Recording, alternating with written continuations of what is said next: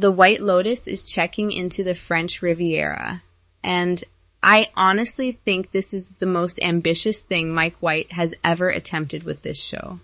Not a tropical resort. Not one hotel. An entire season built around the actual Cannes Film Festival. A budget nearly double anything this series has spent before. And a lead actress who got recast during the first week of filming. Let's go through everything confirmed about Season 4. The setting, the premise, the cast, the drama that already happened before a single episode aired, and when we might actually get to watch it. First, a quick reminder of why anticipation for this season is at an all-time high. Season 3, set in Thailand, was the most watched season the show has ever produced and picked up 23 Emmy nominations. HBO renewed the series for Season 4 back in January 2025, nearly a full month before Season 3 had even premiered. That is the kind of confidence a network rarely shows this early, and it turned out to be completely justified. Now, the location. After Hawaii in Season 1, Sicily in Season 2, and Thailand in Season 3, White Lotus is heading to Europe for the second time, the French Riviera. Filming is taking place across Saint-Tropez, Cannes, Monaco, and briefly Paris. The primary hotel is the Airel Château de la Massardière in Saint-Tropez, an old palace turned five-star hotel standing in as the fictional White Lotus du Cap. And joining it is the Hotel Martinez on the famous Promenade de la Croisette in Cannes, one of the most recognizable VIP hubs in the entire film industry, serving as the White Lotus Cannes. In June, production also shot interiors at the Hotel Lutetia in Paris, a landmark that was once considered a second home to Charlie Chaplin and Ernest Hemingway. And here's the premise that I think makes this season genuinely different from anything the show has done before. The official synopsis reads, the fourth season will follow a new group of White Lotus hotel guests and employees over the span of a week, taking place during the Cannes Film Festival. But the actual story is sharper than that. Two rival film teams descend on Cannes, both with movies in competition, both with something to prove. One camps out at the flashy, palatial hotel on the Croisette. The other is tucked away in a quieter hilltop hideaway. It is White Lotus turning its satirical lens directly onto the film industry itself. Fame, competition, and being seen in the right place at the right time. Co-executive producer David Bernard actually explained where the whole concept came from at the Canaries Festival. He said the idea clicked into place after he and White had a genuinely funny, stereotypically French experience with a waiter and a maitre at dinner.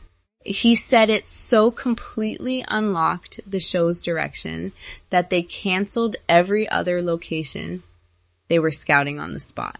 The show is even shooting on the ground throughout the actual 2026 Cannes Film Festival, which ran May 12 through 23, with the cast reportedly present for 3 to 4 days during the second week and expected to walk the red carpet themselves. That is not just filming near Cannes. That is embedding this fictional show inside the real thing while it's happening. Now, the budget, because I think the number alone tells you how seriously HBO is taking this. Season 4 is reported to cost around $120 million, more than any previous season, and production spans roughly 7 months from late April through October 2026. This is by a meaningful margin the most expensive and most logistically ambitious season White Lotus has ever attempted. Now let's talk about the cast, because this is where the season already had its first real headline before a single episode wrapped. Helena Bonham Carter was originally cast as one of the leads, and then, during the first week of filming, she exited the project entirely. HBO's own statement was remarkably direct about why.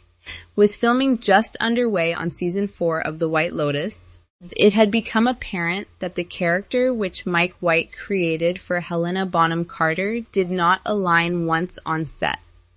The role was rethought, rewritten, and recast, and stepping into an entirely new character built specifically for her is Laura Dern. I honestly think this is one of the more interesting behind-the-scenes stories in recent television. Dern is not new to the White Lotus universe. She had an uncredited voice cameo in season 2 as Abby, the estranged wife of Michael Imperioli's character Dominic DiGrasso, heard only on the phone.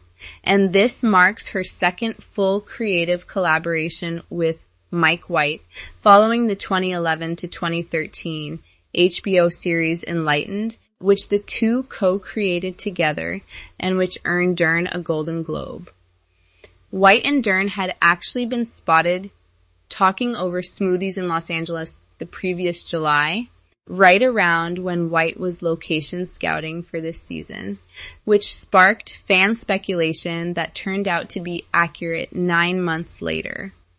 The full cast list, as confirmed across multiple casting waves, includes Vincent Cassell, Steve Coogan, Caleb Jonte Edwards, Dylan Ennis, Corentin Fila, Ari Grainer, Marissa Long, Alexander Ludwig, Chris Messina, AJ Mishalka, Kumail Nanjiani, and Nadia Tereshkovich, alongside Dern. Additional cast members include Chloe Bennett, Sandra Bernhard, Heather Graham, Max Greenfield, Frida Gustafson, Charlie Hall, Gerard Paul, Rosie Perez, Ben Schnetzer, and Laura Smet.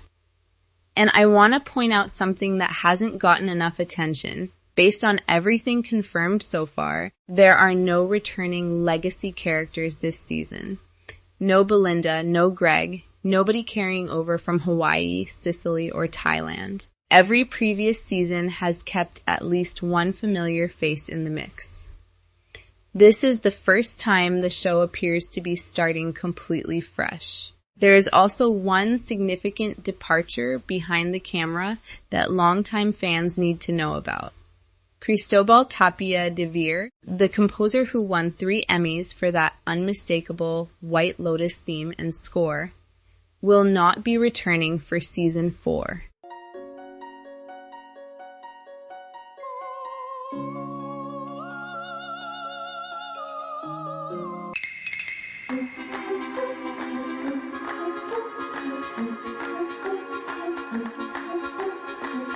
He told the New York Times the decision came down to creative differences with Mike White that have existed since the very first season and intensified specifically around the direction of season 3's themes. That score has been as much a character in this show as any actor, and its absence is going to be genuinely noticeable. As for when we'll actually get to watch any of this, no premiere date has been set. Given that season 3 took roughly a year from the start of filming to its actual premiere, and this season is running a 7-month shoot that doesn't wrap until October 2026, the realistic expectation is a 2027 premiere on HBO and Max. So here's where things stand. A satire aimed at the film industry itself, shot inside the actual Cannes Film Festival with a $120 million budget, a lead recast mid-shoot, a beloved composer stepping away, and not a single familiar face returning from 3 previous seasons. I honestly think Mike White is betting that this show's appeal was never about any one character or location. It was about watching wealth and ego collide in a beautiful place. And Cannes might be the most perfect setting he has ever chosen for exactly that. Drop a comment and tell me, are you more excited or more nervous about a season with 0 returning cast members? And which storyline are you more curious about? The Palatial Hotel team or the Quiet Hilltop team? Because I honestly think whichever one White wants us rooting for is exactly the one that's going to fall apart the hardest.